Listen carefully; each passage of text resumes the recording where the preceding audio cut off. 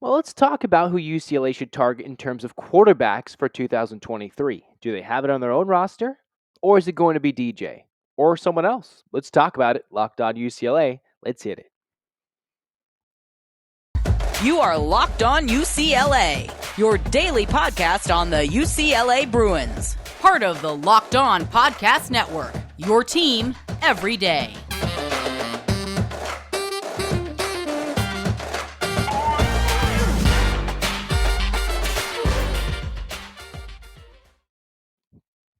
Hey everybody, it's your favorite host. It's Zach Anderson-Yoxsimer. You can follow me on Twitter. Follow the show Twitter at Locked On Bruins. Thanks for making Locked On UCLA your first listen each and every day. It's free wherever you get your podcasts, and it's available on YouTube. Like, comment, and subscribe over there. In the meantime, let's talk about what UCLA has going forward for them in terms of the quarterback in 2023. They're losing Dorian Thompson-Robinson, who's broken already quite a few records for UCLA when it comes to total yards, passing touchdowns, could even break a few more if it comes to him playing in the bowl game. But UCLA will have a hole potentially in 2023 if they don't figure out who is the starting quarterback. They have their own options in-house potentially, but you wouldn't count out Chip Kelly and the UCLA recruiting staff to not go out and find a transfer portal quarterback, whether it's someone in the wings, someone to compete for the job and challenge one of the likes of either Ethan Garbers or Justin Martin. UCLA has a variety of options. And then there's the big one. There's DJ Uiagalelei, who can sit there, the Clemson super recruit, right, who is supposed to take over after Trevor Lawrence and continue that Clemson dominance. It didn't exactly come to fruition over there in Clemson, but still that is a top portal get potentially for UCLA. So who are these options that I'm about to lay out for you for Locked On UCLA? Is it between Justin Martin, Ethan Garbers? Is it DJ, or is it someone else? I've got a short list here as to what they have in-house, DJ, and another recruit UCLA could go after. And we'll start with DJ. Why not? Because DJ Uiagalelei is from the Inland Empire, high school ball out at St. John Bosco. Remember that epic finale where he won the championship in the CIF Southern section, the highest division you can play in the Southern section, beating Mater Dei in that classic battle against Bryce Young and Mater Dei over 4 years ago, I believe, when the title game was. Goes to Clemson, sits that first year a little bit, gets a start against Notre Dame in a nationally televised game. Remember during that COVID season in 2020, had a good game, but fell short in overtime against the Notre Dame Fighting Irish. Then was the starter of these last 2 years. And for DJ, some up and down numbers, more interceptions than passing touchdowns in 2021. And this year, DJ here in 2022, 62%, 2,500 passing yards, 22 touchdowns, 7 picks, 550 rushing yards just about, and 7 touchdowns. For Dorian Thompson-Robinson, this is what his numbers were this year. 69% completion percentage, 2,800 passing yards this year, close to 2,900. Could even get to 3,000 if he plays in that bowl game for a season. 25 touchdowns, 7 picks, 11 rushing touchdowns, and 600 rushing yards. So for DJ, he's 6'4", 250. He could really fill that role what DTR has in terms of that dual threat ability, a bigger, stronger quarterback. We saw what Dorian Thompson-Robinson struggled with, which was at times the ability to hold on to the football and just his sheer physique and staying on the field the early part of his career. So far in 2022, he's kept up on the field for the most part, other than being pulled early against Alabama State. But for DJ, he can truly fit that role as a potential dual threat, maybe in that Chip Kelly system, even if he's not asked to run a bigger, stronger body. And maybe with a new coach, a new system, and maybe something that's more run-centric going first, moving from Clemson, where UCLA designed simple schemes. You could argue DJ, a lot more arm talent than DTR, could be a good fit here as already a California kid, a SoCal kid, and come back to UCLA. There's been betting odds. Some may be labeling UCLA as the favorite to potentially get DJ. The other question is his brother Mateo is a class of 23, a defensive and an edge rusher who's looking at the likes of Ohio State, Oregon, just to name a couple. And there's the ideas that maybe those two could be a package combo deal, moving as a transfer portal and a 23 recruit to play one, if not 2 seasons together. DJ with 2 seasons left, barring a outstanding 23 season where he elevates up the NFL draft stock, he could potentially just be a 1-year rental, depending on how good the 2023 season is for him. And again, those numbers similar to DTR in terms of passing touchdowns, in terms of the likes of, all right, he can keep that rushing ability on the field, at least what he's proven so far as of the quarterbacks I'm about to list for you guys throughout the rest of this episode. But he did have an 8 for 29 performance throwing the football, yes. He didn't have 8 incompletions. Against South Carolina a couple weeks ago, DJ did have 21 incompletions in a 31-30 Clemson loss against South Carolina, their bitter in-state rival against the Gamecocks. And then gets benched in the ACC title game. They have the youngster take over, and Clemson actually wins the ACC championship. So is this a guy who UCLA wants on their team? Yes, a billion thousand percent. You bring him in, and even if he doesn't win the job, for whatever reason, you get him, and for some reason, whatever it is, you go after him. That is the single most coveted, I could argue, quarterback recruit. There's no question. There is no question. There are good quarterbacks out there to go grab, but DJ would top the short list of guys UCLA should grab in terms of looking outside of their program, what they already have, to go grab another guy.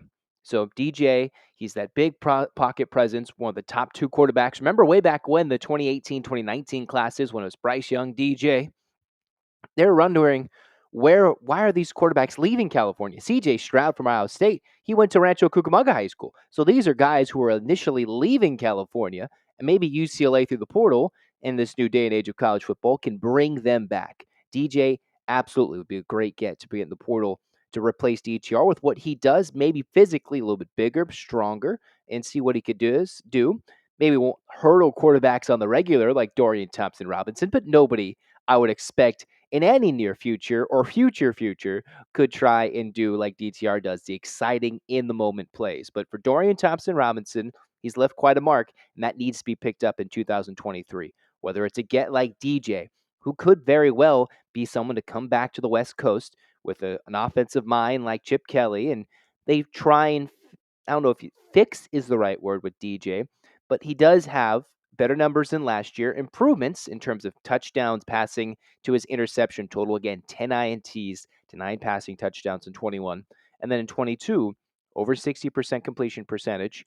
Very well, if he could have figured things out the last couple of games, could have been a 3,000-yard thrower in this 2022 season. But 2 years left for DJ at minimum, or at maximum, I should say. And still, he's got 2 years left, maybe one, if depending on how good his 23 year goes. That is the guy to get for UCLA.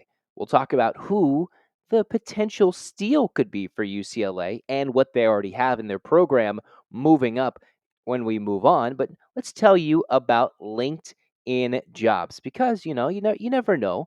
This transfer portal process is a tough one, but you just never know, because these days every potential new hire can feel like a high stakes wager for your small business, just like UCLA hitting in the transfer portal.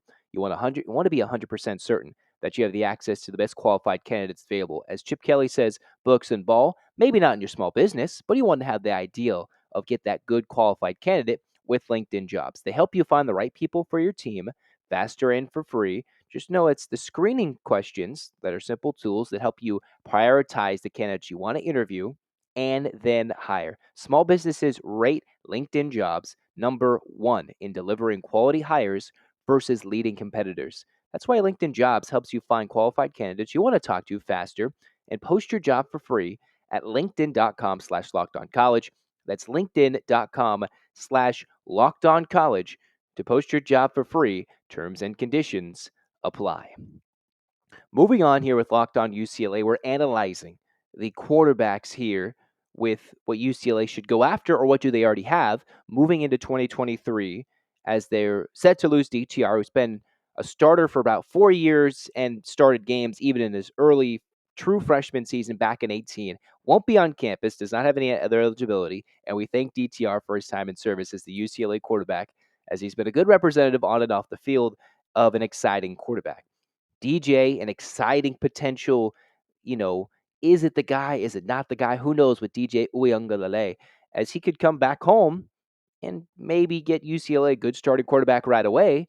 And all of a sudden, instead of maybe what could be a down year in 2023, vault them into competition in their last potential year in the Pac 12 for the next season.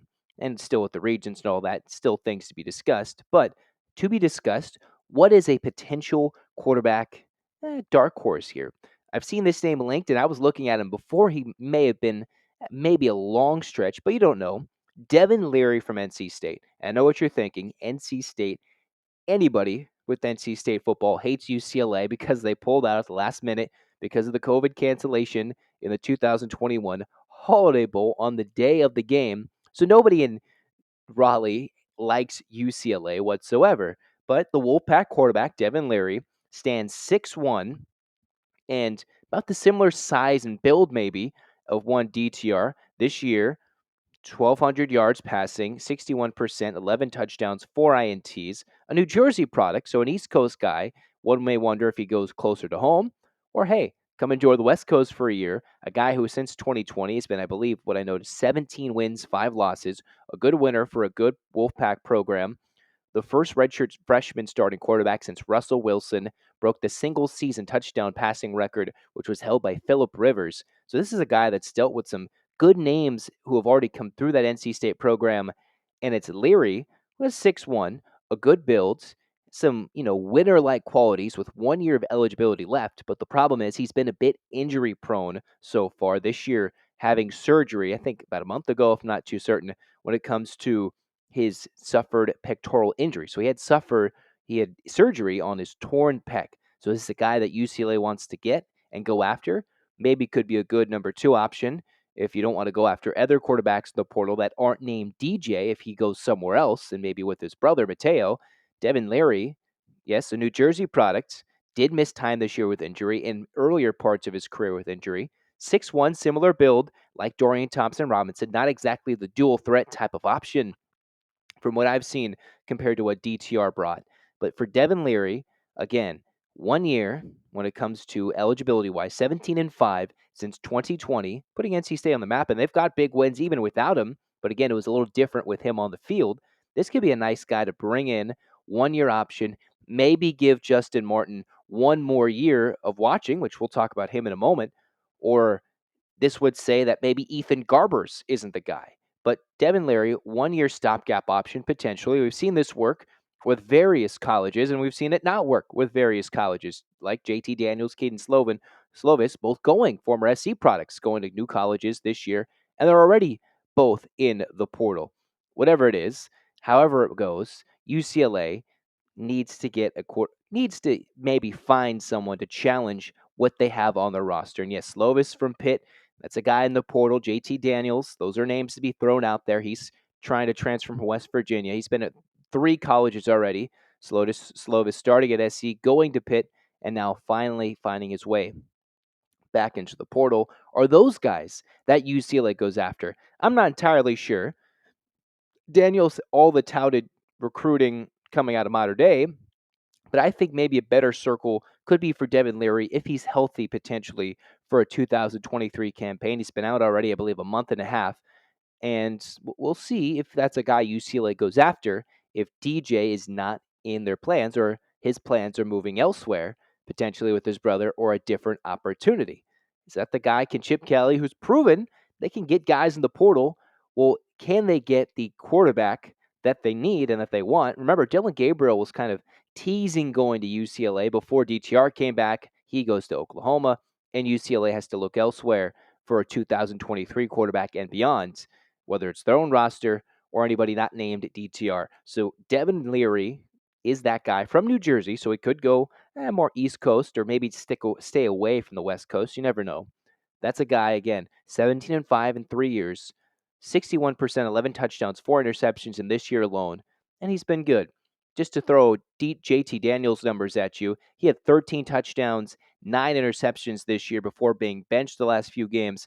Close to 7,000 career passing yards as a college quarterback, 45 touchdowns, 25 interceptions in his career from SC to Georgia to West Virginia, and he's lost his job every single time, one more to injury at USC, then losing it to Georgia again to injury, and then getting benched to West Virginia. So JT Daniels, maybe a 3rd, 4th, 5th option down the line if he wants to move back to the West Coast.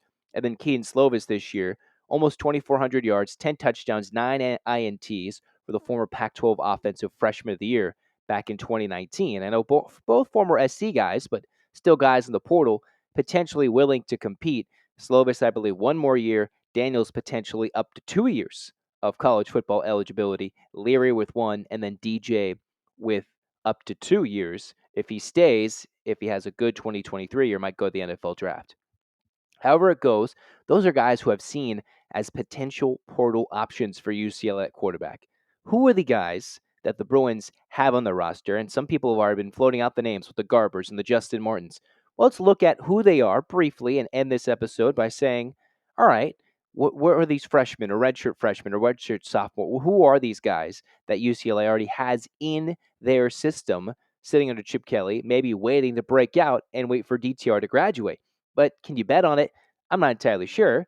UCLA, as I said, may be betting odd favorites to get the likes of DJ Uiagalelei. But here we are with BetOnline. Just know that they're your number one source for all your sports betting information, stats, news, and analysis. Get the latest odds and trends for every professional and amateur league out there. Football, basketball, soccer, esports, they've got it all with BetOnline. They've got podcasts to get your betting fix as well. It's the fastest and easiest way with BetOnline to get your betting fix. Head to the website today or use your mobile device to learn more. BetOnline, where the game starts. Where it starts. And where we start to wrap up Locked On UCLA for this episode today, who are the quarterbacks UCLA already has? Well, they've already hit the portal and got Ethan Garbers. He's a transfer from Washington, a SoCal kid, an Orange County kid from Newport Beach, went to Corona Del Mar, sits there. He will be a redshirt junior with at least, I believe, 2 years of eligibility. 6'3", a little bit taller than DTR, and about 215 pounds of what I'm seeing.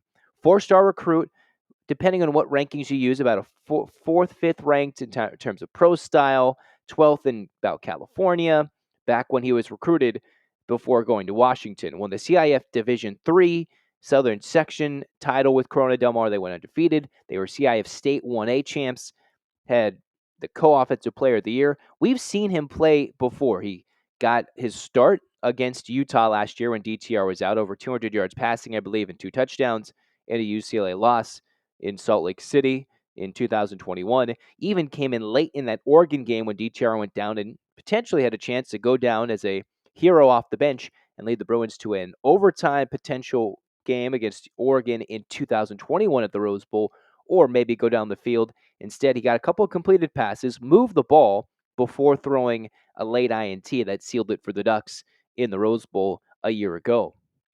Garbers this year, his main action has been in mop-up duty against Bowling Green, the long touchdown pass to Josiah Norwood, over 50 yards in the opening game way back when it was blistering hot, the UCLA offense and the heat in the Rose Bowl, and then got some key time against the likes of Alabama State when the Bruins, still when it was a close game against the Hornets, the first ever HBCU and FCS program they've played in their football's history, in program history. He got some key moments, a guy that enrolled in January of 2021, came in a little bit early last year, coming from Washington, transferring over. Didn't see any action at UW, was a scout MVP, was a holder in 2021, a couple of opportunities to play late in 21, but played in 5 games. So he doesn't get a redshirt back. He is a redshirt sophomore and mostly saw just limited action against Alabama State. Couple of touchdowns, I believe, rushing. Did throw a near goal line pick against Alabama State. So does Chip Kelly like what he's seen? Maybe a full offseason for Garbers will do some work. Is this the guy, 6'3", former 4-star recruit? You already got him in the portal to be that number 2. Is this his time to shine for UCLA, or is he destined to be a number 2 throughout his career at UCLA? Those are things that Chip Kelly knows that I don't know. But what some people might not know is, who is Justin Martin? This is a guy from Inglewood, Justin Martin, 6'4", 222 pounds, the second largest quarterback of the quarterbacks I've listed. I've listed guys from DJ, JT, Keaton Slovis, Garbers, and Martin. Of the 5 I've listed, Justin Martin is the second biggest, just below DJ. And this is someone UCLA already has in their system, on their roster. Didn't play anything this year, has 4 years of eligibility with the red shirt, this being his true freshman campaign. Was the top 15 in terms of pro-style quarterbacks in his high school days in Inglewood.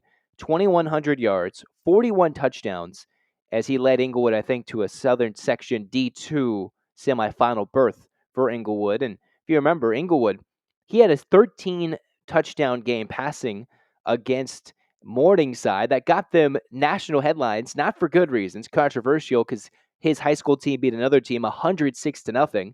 So that's when he made some headlines. He even had TJ Harden, a freshman running back for UCLA, who did some damage with him along on the offensive side of the ball. So Justin Martin, again, 106-0 win. High school teammates already with the tailback in the backfield that could very well compete for a starting job. Is that going to help in the backfield with guys who have already worked together in high school ball? And is that something with Justin Martin, a bigger product? I believe I read something from Greg Biggins, who's all over the portal, recruiting and everything. Said he had a good delivery, good long velocity, 6'4", so he stands tall, much taller, much bigger than DTR. Did run some track and field, I believe, in high school, did Justin Martin. So this is a guy that could potentially be that dual threat. We haven't seen it at the D1 level, but is this a guy at the FBS Power 5 level going from end of the Pac-12 to the Big Ten days?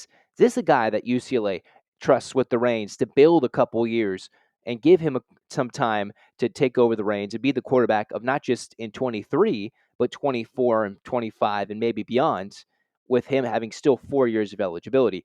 For the guys who UCLA already has, it comes down to Garbers and Martin and who makes the most off-season progression moving forward and being a good quarterback to challenge for that starting job in 23. Garber's only 2 years of eligibility, and Martin, he's got 4 years. So even if he sits a couple more years, I guess it's not like even a decade ago where you had to wait your turn. You had to be a junior or at least a redshirt sophomore to earn that spot. Well, Justin Martin could very well potentially compete for that starting job in 23 as a redshirt freshman. Garbers has been here a couple of years waiting for DTR to graduate for the 25th time and then move on. So is he the guy that thinks this is my job? Does he step up and win it? Is Martin going to say, I'm sorry, Ethan, but it's my job to win. I'm just a little bit better. Those are all things Chip Kelly will have to decide in the offseason. And maybe it's a portal veteran that comes through and looks to guide these guys into a 2-3 quarterback battle if it's not going and getting DJ or Devin Leary or finding one of these other guys who have been at 30 different colleges in their college career.